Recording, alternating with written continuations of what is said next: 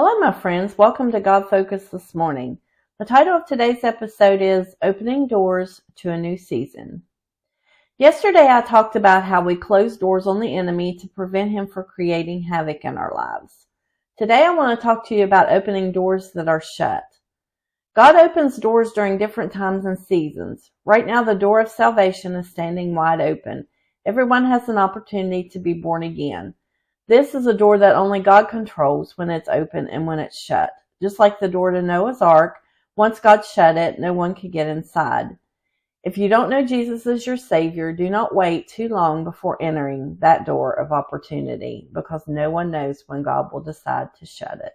Some feel that all roads lead to heaven, but Jesus is the only way to receive salvation. He is the door to that salvation. Revelations 3:20 says, "Behold, I stand at the door and knock. If any man hear my voice and open the door, I will come into him and will sup with him and he with me."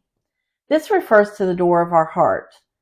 That is one door that we have the power to open and shut. God has given us free will. He wants us to accept him and allow him into our life, but we have to make the choice to open that door and invite him to come into our heart. There are also smaller doors that open during different seasons of our lives. God sometimes calls us to step out in faith and do a ministry. Not all ministries are about standing behind a pulpit and speaking.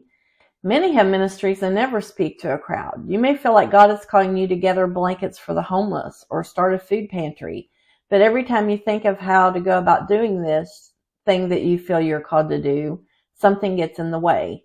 God often gives us a vision for something long before he opens the door for us to actually do it.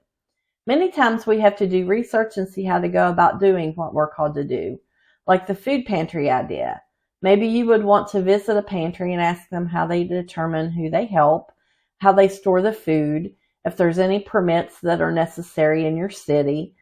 Once all that's done, you may still need to pray about the project. It will come together when it's God's timing, and he will open the doors to use the ministry to bless many.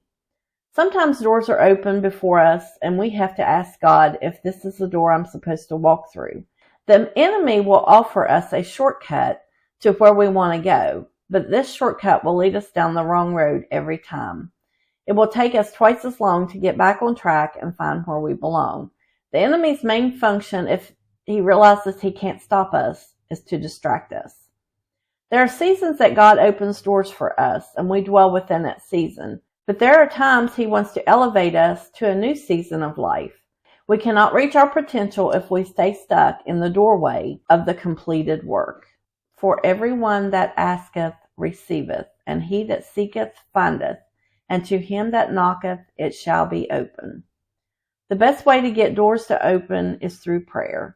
If we seek direction, he will always guide us and open the right doors. I often pray for God to open doors I need to walk through and to make sure that the doors that I don't need to walk through are shut. Seeking God's direction is always the right move. We need to always be encouraging of others when they are in a transitional season. We can lift them up in prayer that God will guide them and open the right doors. To remember that anything worth doing requires hard work and sacrifice. Pray about the seasons in life and live each day with a servant's heart, knowing that God is there to guide you. Thanks for watching. Until next time, be bold, be brave, and keep your God focus. Like, share, and subscribe for more encouragement. Have a good day.